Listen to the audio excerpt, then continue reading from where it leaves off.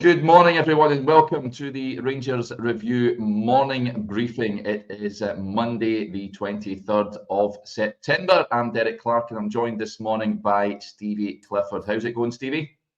Yeah, good, mate. Thanks. Good. Hope everybody is well on this Monday morning, our favourite morning of the week. Something like that.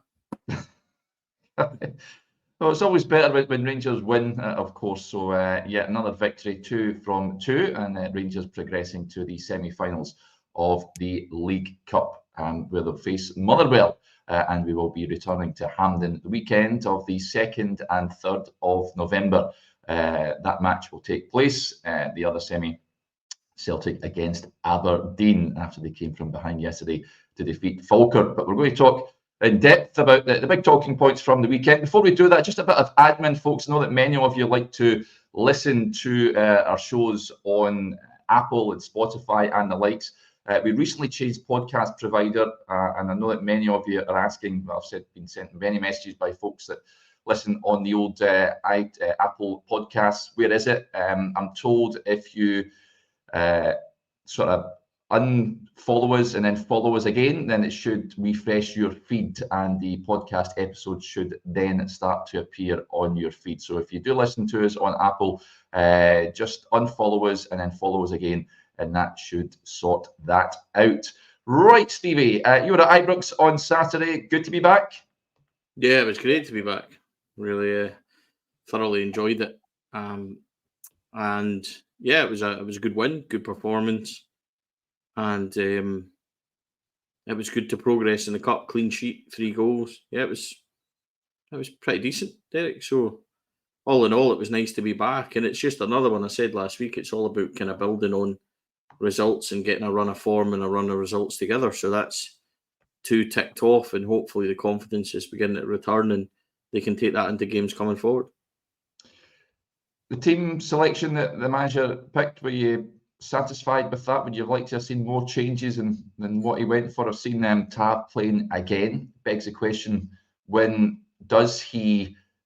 Well, it's clear that the manager doesn't trust the other options available to him. That he continues with James Tavernier, of course, scored a penalty, which was his first of the campaign.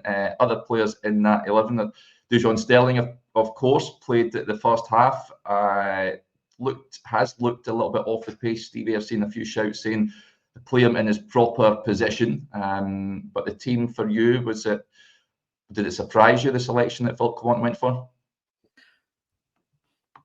It always surprises me, Philip Clement's team selection. I always think they're a bit like previous week, Dowell and Lawrence starting. I would never really have predicted that. And then this week, I wouldn't have predicted Sterling coming into the middle from the cold.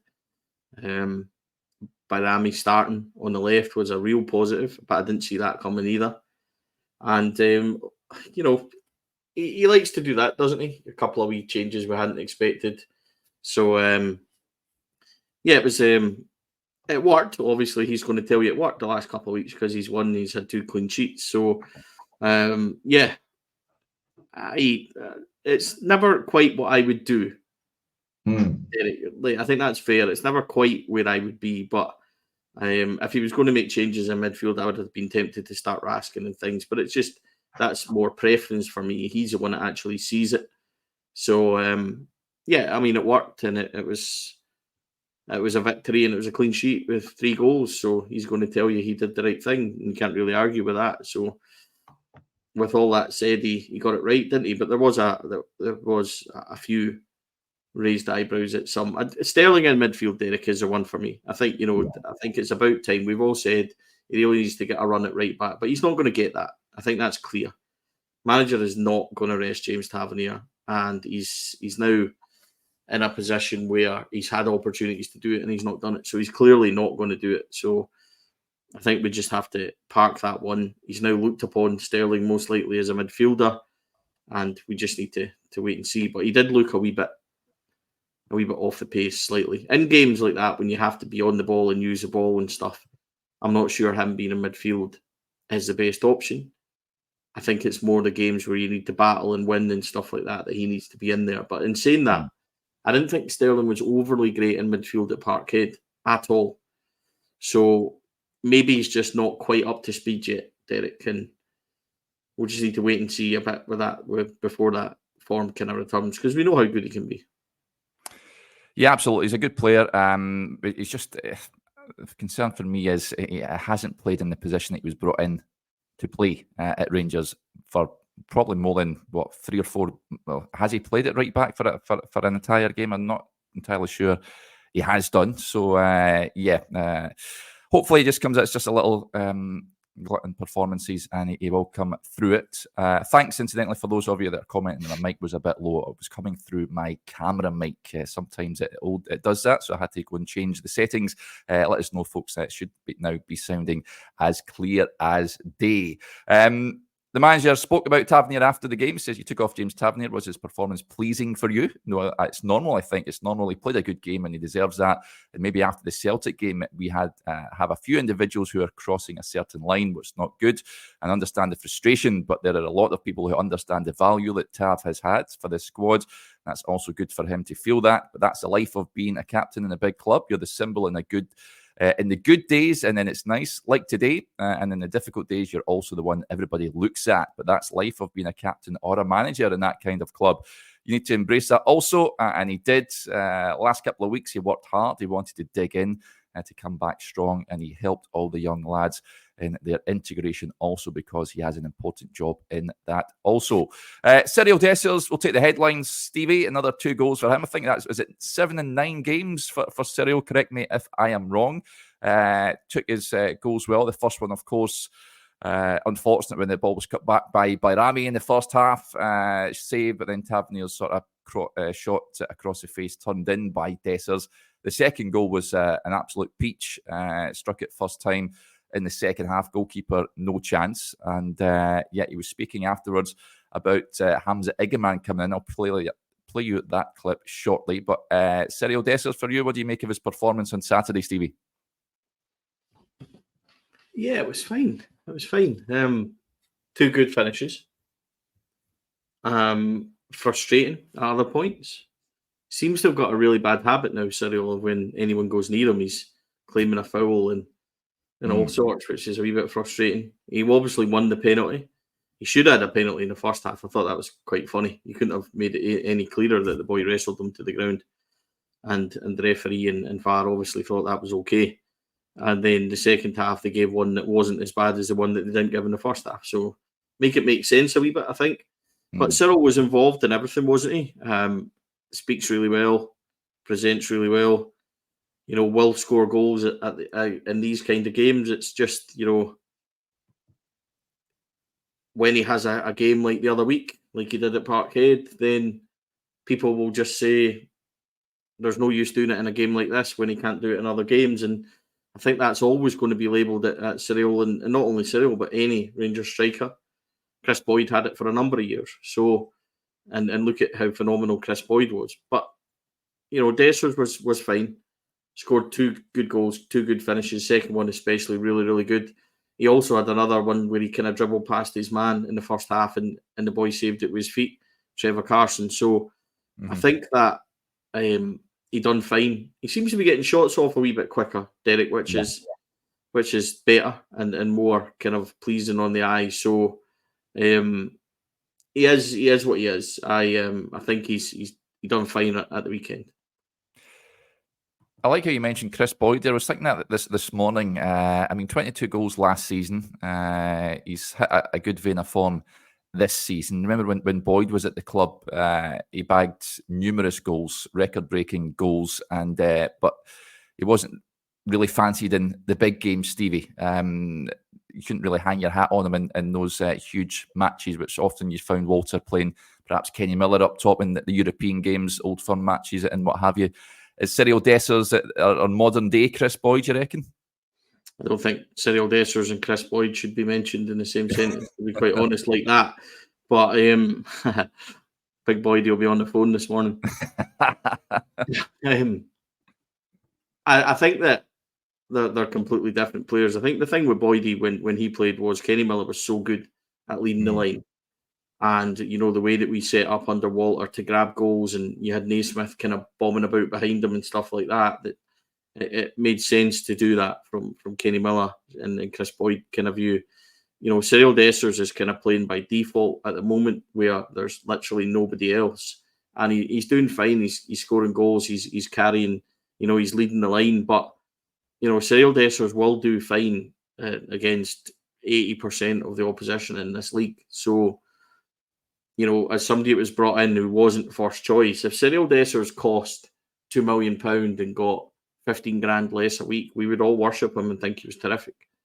But it's the fact that we paid so much and the outlay is so much for him that you're just looking for him to really, when it's really, really counts, when he's one-on-one at Parkhead, when he's got those opportunities to put them away, that's what we want. And the long and short of it is you're not going to convince people on Cyriel Dessers until he has those moments. And it's the Celtic games which everyone will point to. It's the biggest games in the league which everyone will point to. So until he has that, we'll continue to have these arguments. And after games like this, we'll persuade ourselves that, yeah, he's doing great and he's the answer. And, you know, he's this, he's that. He's just the same Cyriel Dessers as was last season, was the year before, was last season. And was the games before, etc. is what I'm trying to say. So, you know, it is what it is. We're going to have this. He'll score goals for us this season. He will. He'll probably get 20 odd again. Oh, easy. But he's well on the way, Stevie. Yeah, he is. He's well on the way to it. But the fact remains, Derek, you know, we've seen 30 minutes of Eagleman at Tannadice, and every single one of us said he held up the ball, showed strength, chased, harried, showed pace that we hadn't seen. And that was an overall opinion. So if we're saying that on 30 minutes of the youngster, then I think that's what shows you about Dessers being Dessers, basically. Yeah. Lots of comments come in on Dessers, valid ones as well. As Stevie says, I don't set up in a way to accommodate Dessers' style. I think games like Saturday, I think it's fine when you're going to dominate the ball and there's going to be plenty of chances laid on a plate for Big Cyriel. But matches like Thursday night, you do wonder if there are other options available. But yeah, we'll soon find out. Denzel, at a pressing point here, Stevie, aimed at your good self. Is Stevie in a tiny room? He's just, I think he's moved in your loft, haven't you? The window's but in front of you now, as opposed to sitting over there in the corner. Joshua told me to move. That's all I'm going to say about it. Joshua said I have to move because the lighting in the room wasn't good. So you can blame him and take that to it. This room's actually massive, but this is just the way I have to be positioned to get internet and everything else. So yeah. So there you go. That answers your question. John McKean says, it looks like Stevie is the giant top of the beanstalk. So there you go. Honest to God. Just criticism all the time, Derek. You know what I mean? Brilliant fairy tale, incidentally. Big fan of Jack and the Beanstalk. But let's move on to other matters. Stevie, is a referee. This sort of something I want to bring up. DJ Sooth says, I still don't understand why VAR doesn't review certain passages of play, i.e. the Dessers penalty claim in the first half. As a referee, Stevie, were you scratching your head with that one? Just to be clear, Derek, I am no longer a referee. Chucked it a couple of years ago. So I'm extremely glad that I did that because I don't miss it in the slightest. Well, the game's a poorer place without you, Stevie. That's not what anybody said that referees. Am I surprised? Yes. Am I really surprised? No. Does that make sense? Because for me, it's definitely worth looking at. It's definitely worth, reviewing. But they didn't. So it's one of those ones. But I think this goes back to, I don't think Dessers makes it overly easy on himself. Yeah. Because he is. And I don't want to get this into criticism because I'm coming across like I don't like him. And I'm not convinced. But the problem with Cyriel Dessers is just what I've always said.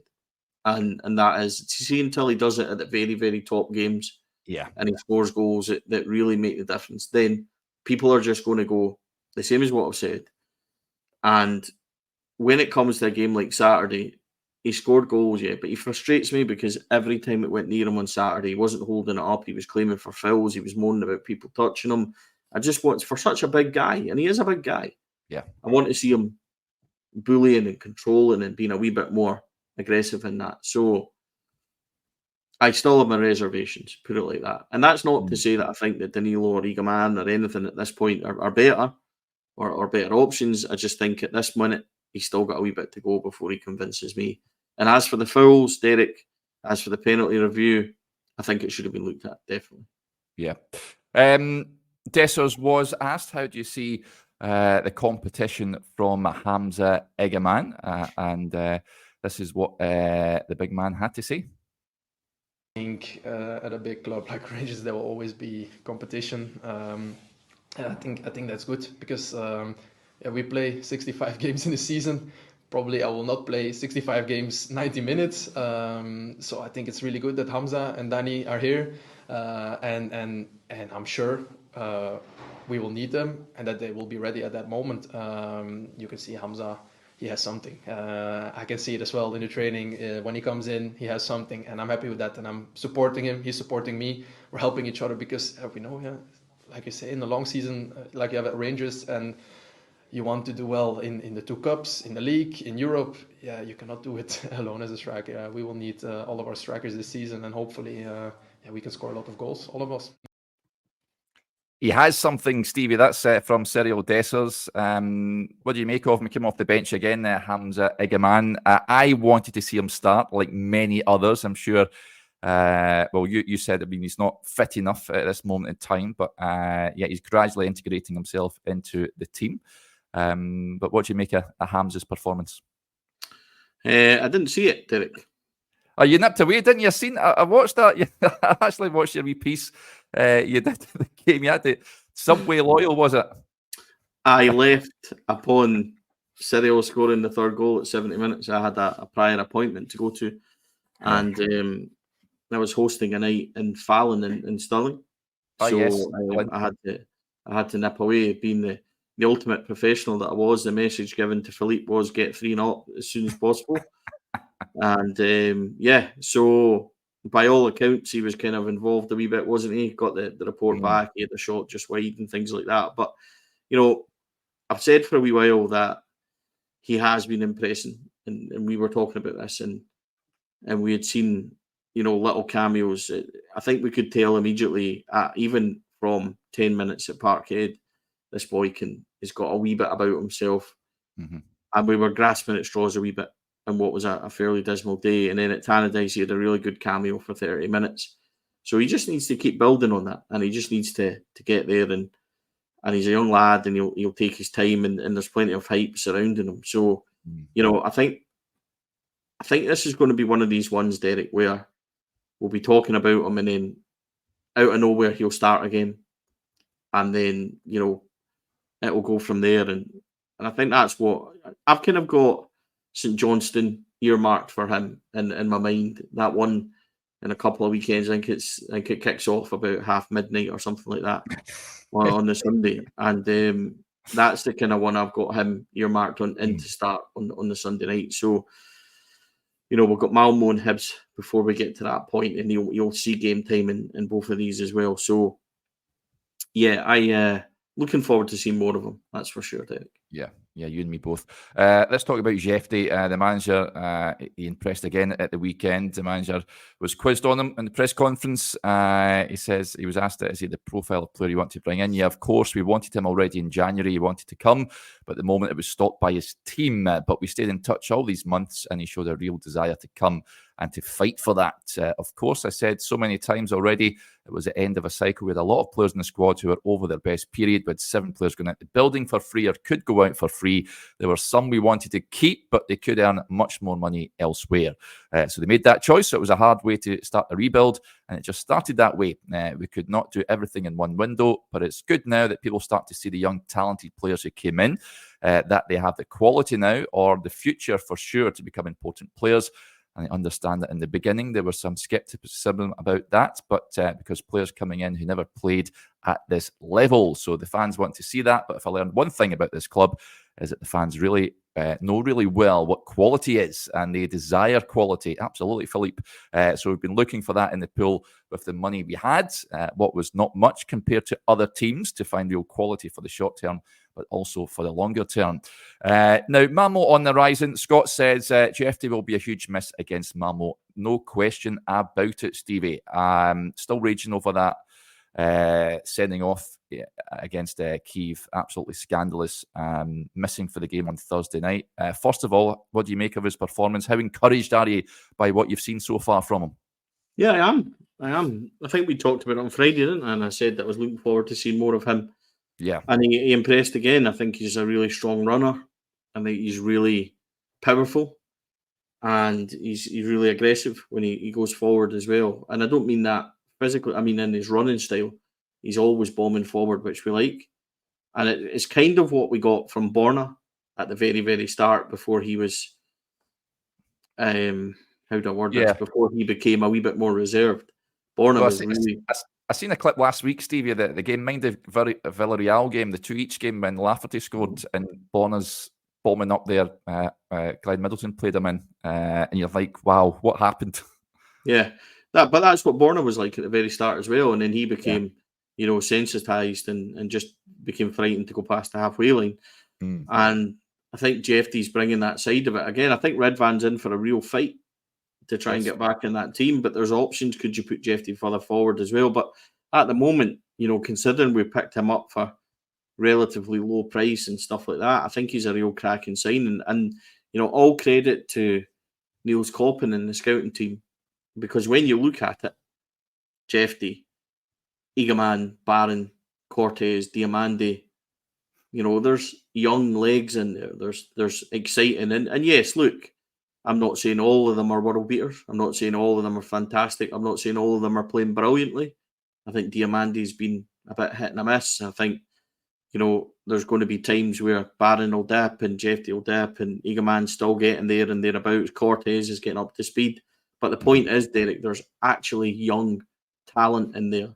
And everybody spoke last year about changing the philosophies and changing the kind of outlook of who we were signing and what we were doing and to have a proper kind of scouting plan. There's 5 reasons in there that to say that we've kind of recruited well. And by the way, Bayrami on Saturday looked fairly decent for a guy that's still to come up to speed. And he can run, by the way. He's quicker than I thought he was. So there's another option that I didn't think. I thought he was kind of like as a 10. I thought he would be more static and more kind of, but he's not. There was one where he kind of chased it right up the left hand side and passed his marker, and I thought, right, that boy can actually go. So, dare I say it, Derek? And I'm guarded, and you'll get a lot more tougher games in the last couple of weeks. But there is positivity to be had. And they've got to prove it. They've got to play in the bigger games. And, Jefte has got to perform. But after what was a fairly ropey pre-season, we all wondered, we thought this boy can go forward. He's actually been fairly solid and he's been really impressive. Strong in the air, strong in the tackle. I like the fact that he just clears it. I spoke about it in my article last week about Jefte when I was talking about him, that he doesn't mess about with it, which I like. It seems so simplistic as well, but a defender just defending, Derek. Just, you know what I mean? And really impressive. So, again, you go into a game, obviously he's not playing on Thursday, but you go into the game next week against Hibs, and he's one of the ones you're looking for. He's one of the ones you're excited about seeing. So, yeah, I'm definitely want to see more of him. He looks to me like an exciting proposition. Yeah. The game's on Thursday, Stevie. Red fan, we know he's training individually. I doubt he'll be ready to come straight back in. Robbie Fraser would be the one that would stand out for me. It's a huge game to chuck him into. Anyone else to replace Jefte over on the left-hand side? Dujon? Yeah, it's either Robbie or Dujon, isn't it? And, Dujon will never let you down, I don't think, but hasn't been in the best form. Robbie, it's a huge game to chuck him in, but if you're signing these boys on new contracts, what's the point if you're not going to trust them and throw him in when he gets the opportunity? So I trust Robbie. I think he's a good young player. Whether or not he's ready for this kind of level is a question that the manager will need to ask Derek. But it is, I think it's between them, isn't it? I don't really see anybody else coming in. I don't really see anybody else playing out there. So yeah, it would be him for me at left back between Fraser and Sterling. Do you know what, as well? As much as this might be a risk, I'd go Robbie Fraser, purely because if you're signing left backs for left back and we're renewing, what's the point in keeping this boy if he's not going to get the opportunity? Play him, Derek. Play him and see where it goes and see how he can perform. If he comes through that on Saturday, then there's another option. All of a sudden Jefte and Robbie Fraser are in there, and there's interest in Ridvan, and it might be an avenue to go and explore in the future. But I'd play him definitely. Dujon Sterling can come in, but I'd start Robbie Fraser. Yep. Triple 1872 says, can Nana play left back? He has played there before, but I'd like to say, I've championed Robbie Fraser for a start for many weeks now. Listen, he's a left back. Play him. If he's good enough to be given that new contract recently, then he surely is good enough to feature for Rangers. And play him. Mentioned there Barami, Stevie. I know you touched that he did impress over on the left-hand side. Still want to see him at the number 10 role, do we not? Yeah, we do. I think we do. Tom Lawrence has been okay, though, isn't he, the last couple of games? Not a world beater, Tom, but he's okay, and he'll play part of the squad. And I think eventually, once Cortez gets up to speed, Bayrami will move in and Cortez will play left. But it's just, it allows these players to get time and stuff like that, doesn't he? But I enjoyed his performance, Derek. And I think that you'll see a lot more from him. And I'm how would I put this? I am enthusiastic about what I've seen early doors from him. He's not pulling up any trees. He's not, been outstanding. But there's enough there to say that this boy's going to be a decent player for us. As I said, I'm enthusiastic about what I see from him. Good turn of pace, likes a shot, which I like. I'd like it if he shot a wee bit better, but he likes a shot, and he looks like he's got a wee bit of talent to him. So yeah, he'll £4 million. There's a wee bit of pressure on him to succeed because that's a lot of money for us. But hopefully he can deliver. And I'm not going to put my neck on the line and say, I'm fairly confident in it because I have done that before and they've turned out to be a wee bit rubbish. So it's probably best I don't. But I'll just say I'm enthusiastic. Yeah, he looks okay, doesn't he? Yeah, there's a player in there, there's no doubt about it. We'll wrap. There's a couple of points coming in. Of course, we touched on Malmo. A few people saying they're in good form. They are. They're won 4-0 yesterday against Häcken, and they lead the way in the Swedish Allsvenskan by 11 points after they've played 24 matches. Djurgårdens have got a game in hand, but it looks like they're going to go on and win the Swedish title. So going to be a tough test on Thursday, Stevie. I know we touched on the Europa League. You weren't looking forward to it much when we spoke last week. Don't have a great record over there in Malmo either. Take a draw right now, bite your hand off for it. Hi. Can you get a win over there? You never know, Derek. I don't think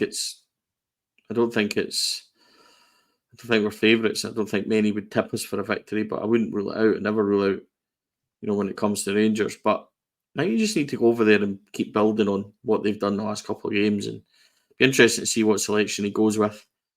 We've now got plenty of options that can hurt teams going forward. Cortez, Bayrami, Czerny, Dessers is scoring. So, as Stephen points out, we have won in Betis, but we've also weirdly kind of turned up in European games, and we'll just need to wait and see, Derek. I would say they're favourites, and I would think they would come and have a wee go, but, it's Malmo. It's not the hardest game we're going to get in the group, and I'm not saying we should go out there and win, but we shouldn't be going out there fearing it. We should be going out there, intent on having a wee go and seeing what we can do. Would I take a point? Yeah, I suppose I would, but I'm going out there with the mindset that I'm looking for more of that. Yep, I can't wait. Actually, I'm going out to the game. I'll be in the away end for the first time in a long time. So cannot wait for the game. Heading out there on Thursday. So hopefully see a few of the Bears over there. And we'll wrap up with this, not entirely Rangers related, but Maka with a point here. Stevie says, any thoughts on Stephen Naismith's sacking? Hearts finally pulled the trigger yesterday. I think quite rightly after 8 matches, 8 defeats in 8. They have started horrifically this season, so I think the Hearts fans in in the main are pleased with that. It'll be interesting to see who they get to replace Stephen Naismith. But you can't go 8 games and lose them all, Stevie. I care as much about Stephen Naismith as he did about Rangers when he sat in that press conference, Derek. And that's all I'll say about Stephen Naismith. So there you go, Maka. There's Stevie's insight on that news. So St Johnstone and Hearts, of course, changing their manager already this season. Right, that'll do us there. Big thanks to Stevie as ever, and a big thank you to each and every one of you for interacting with the show. Just a heads up, I will be speaking to a Malmo journalist this morning. We will be going live on the Rangers Review Extra channel. So join us for that. Jonas Hansen will be speaking about Rangers' Europa League opponents. So that'll be recorded around about 12 midday, folks. So hopefully you can join us on there. If I don't speak to you, enjoy your Monday, and I'll speak to you later on. Bye for now.